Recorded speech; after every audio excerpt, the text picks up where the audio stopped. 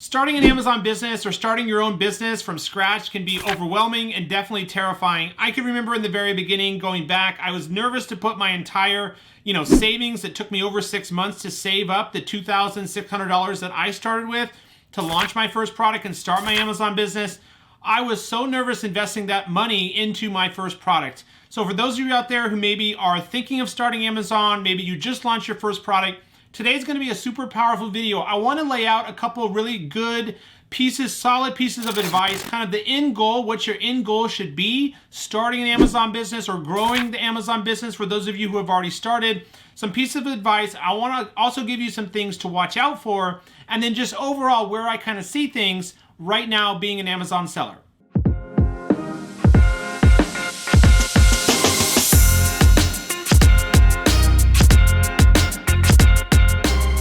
Welcome to the channel. If you're new, welcome back to those of you who are my subscribers. My name is Brian Noonan. I'm a full-time Amazon FBA seller, mentor, and coach. Right here on my YouTube video, I release weekly videos covering everything Amazon, e-commerce, personal development. So if you enjoy that type of content, do me a favor, head on down and press subscribe. I can see each and every one of you who take just a moment to press subscribe, and I appreciate each of you. Also, give me a like on this video. It's my job right here on my YouTube channel to share and document my journey of how I went from a struggling broke drug addict 7 years ago being able to build multiple six-figure online businesses. Let's jump into today's video. The first thing I want to talk about is kind of Amazon tunnel vision. I think as Amazon sellers, we get really focused on kind of the strategies, the techniques, how to set up PPC, how to do product research, analyzing the data and the numbers, doing product research every day, trying to find your first product or your next product. We get really kind of tunnel vision, and we really start to only focus on like the tools or the data, using software to build our business. And I think we lose track or we lose focus on the bigger picture. Becoming an entrepreneur changed my life. Actually, starting an Amazon business changed my life. And I think for those of you out there who do follow through with starting a business or becoming an Amazon seller or building something you can be proud of, becoming an entrepreneur definitely changes you. We're going down a path that most of society does not either take the time to do, they don't want to do. Instead of just having to work a 9 to 5 and go to work every day, becoming an entrepreneur is something that has been very rewarding, but also very challenging. So for those of you out there who are on the fence, realize that becoming an entrepreneur will change you. But overall, yes, there will be challenges and hardships, and you're putting money on the line and risking a lot. With that risk comes a huge upside, a huge potential to make really good money. Talking about money, what should be the end goal of, the purpose? You want to start an Amazon business, obviously to make money, right? And give you time freedom so you can spend more time with your family and friends. But what should be the end goal? I would say there's two end goals that you should kind of be focusing on starting an Amazon business, aside from, of course, the money and, freedom to not have to go to your job. Two main end goals that I would recommend you focus on. One is selling your business, right? You can launch a couple products and, get consistent monthly revenues and profits coming in. You can even have like only 4 ASINs and then sell your business. I've had a student who sold his business for over $600,000. He only spent time about 1 year or 1.5 years building the business. He had only launched 4 ASINs or products in the beauty and personal care niche, building kind of a cosmetic line. And he was able to sell his business for over $600,000 in less than 2 years. So that's one end goal. You can go on Empire Flippers or Flippa.com and check out what other businesses, Amazon businesses, are selling for, what price tag. You can see how many ASINs they have, what category they're in, how much monthly revenue or annual revenue the business is making, and then annual profits and things like that. And that will give you a good idea of kind of the price tags. What are investors and other people out there who just want to buy a business paying?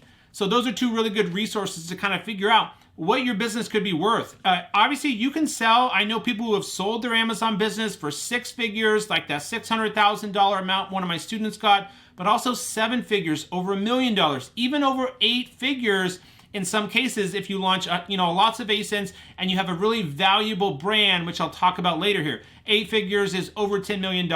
The second end goal, of course, is kind of partly that money. We want to set up a business that pays us monthly dividends or pays us money every month like a job would be. We want to set up a business. Yes, it's challenging and rocky, and there will be hardships in the beginning, but it's so worth it if you stick with it and you get those first few products launched, you start generating consistent monthly revenue and profits. Now you have a valuable brand and business that's paying you monthly dividends or money income every single month. So those are the two main goals I would try to focus on. A powerful brand and business that pays monthly dividends or income to you consistently. And then number two is selling your business, either 1 year down the line, 5 years down the line for 6, 7, or 8 figures. Now, one of the main issues or problems that I see right now with selling on Amazon is everyone trying to sell the same product as everyone else. The products all look like this, basically the same, except for some of the boxes that are different or the colors a little bit different.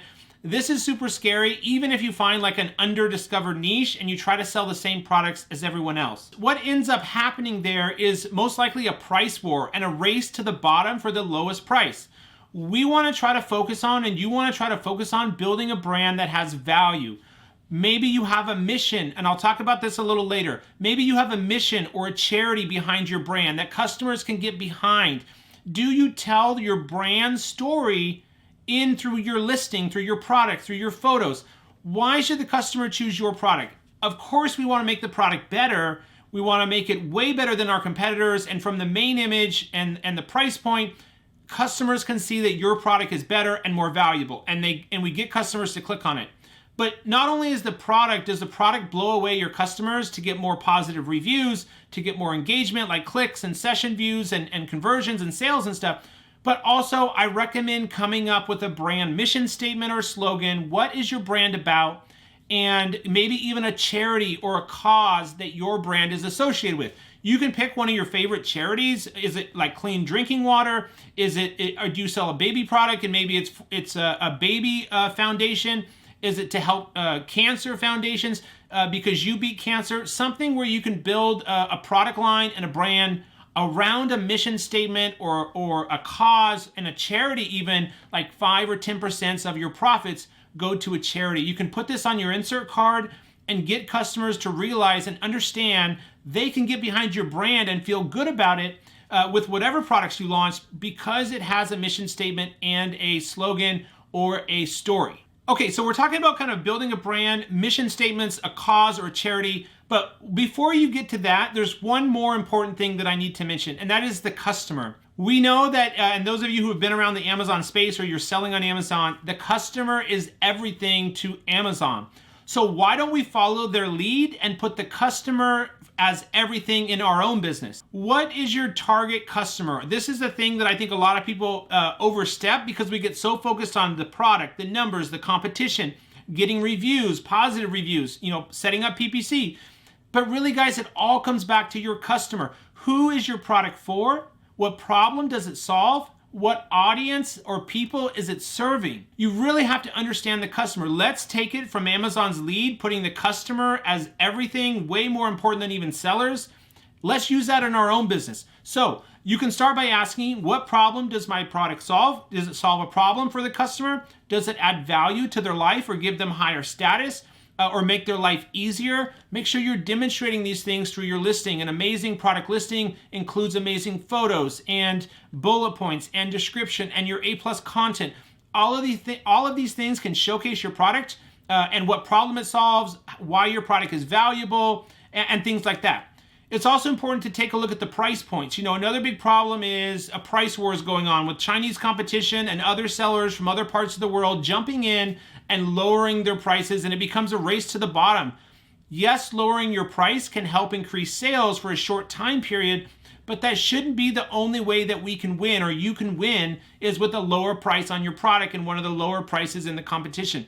Setting a lower price, obviously in the beginning for a new product launch, is extremely effective for getting those first few sales and reviews. But ideally, guys, I would recommend being one of the highest priced in the category. Now, how can you be one of the highest priced in the category and still make good sales? It comes back to that value piece, value proposition, like having a mission statement, cause, or charity behind your brand, telling the customer about your brand and your brand story or mission, and then the product blows the customer away. Those are going to be your best options for being able to charge a higher price. With higher prices comes higher margins, which leaves more room for marketing, like hiring influencers and running Facebook and Instagram ads and being a little more aggressive with your PPC campaigns. But if you have to rely on aggressive PPC, which is going to eat into your profits significantly, if not take all of it away, if you have to rely on PPC, a lower price, or just having the latest and greatest model of your product, you may make some short-term money, but that shouldn't be your long-term goal. So Amazon remains one of the best places, or the best place to sell your products. Building an Amazon business and building multiple products under the single brand, getting brand registry, a trademark for your brand should be part of your process early on. I always recommend to my students and my clients that you try to trademark your brand name, the word mark on your brand, as soon as possible. And you always try to differentiate your product. This includes making custom designs, changing the design, making the product better material. The more that you can do to make it harder for the next seller to come behind you and launch that same product and try to get it just like yours, the better. Maybe it's hard to find a supplier, or maybe you had to go through approval to be able to sell your product, or maybe the materials you use were so hard to find a supplier for.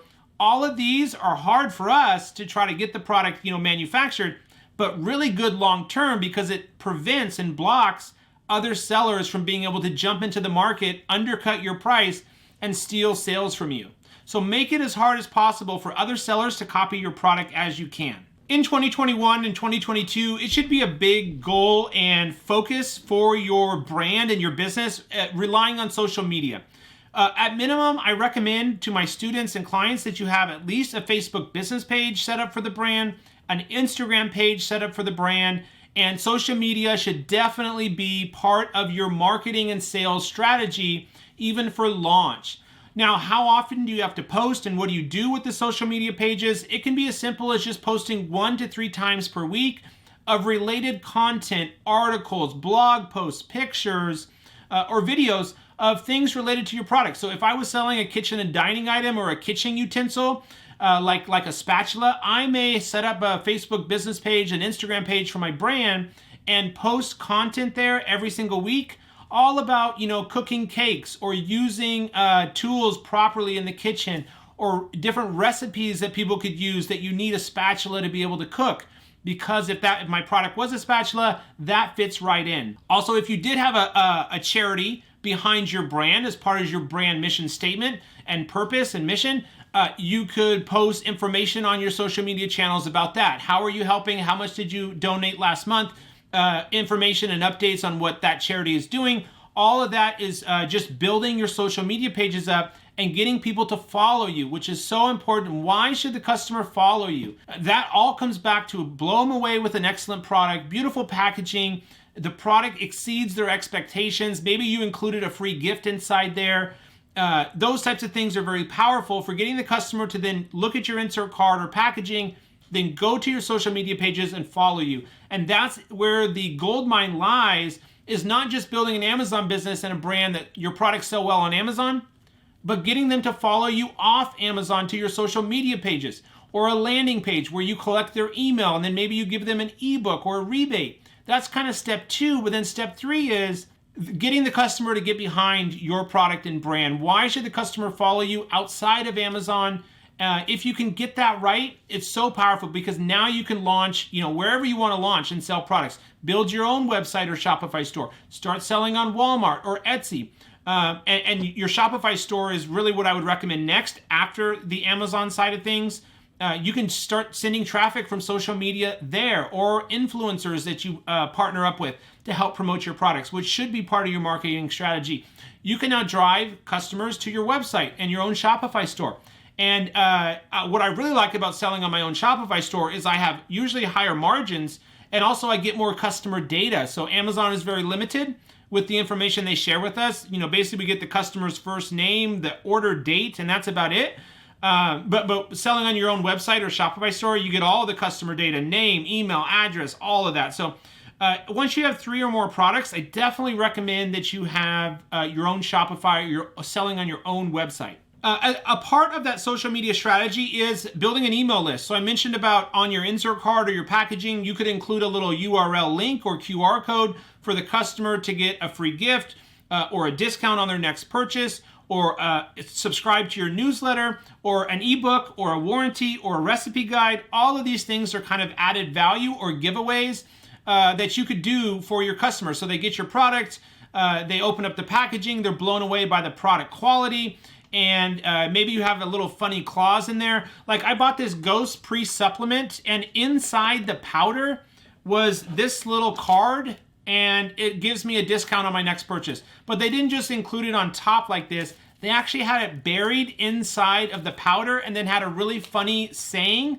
about it being buried in the powder. So something clever like that can really go a long way with creating a positive, creating a memorable buying experience to get the customer to remember you and your brand.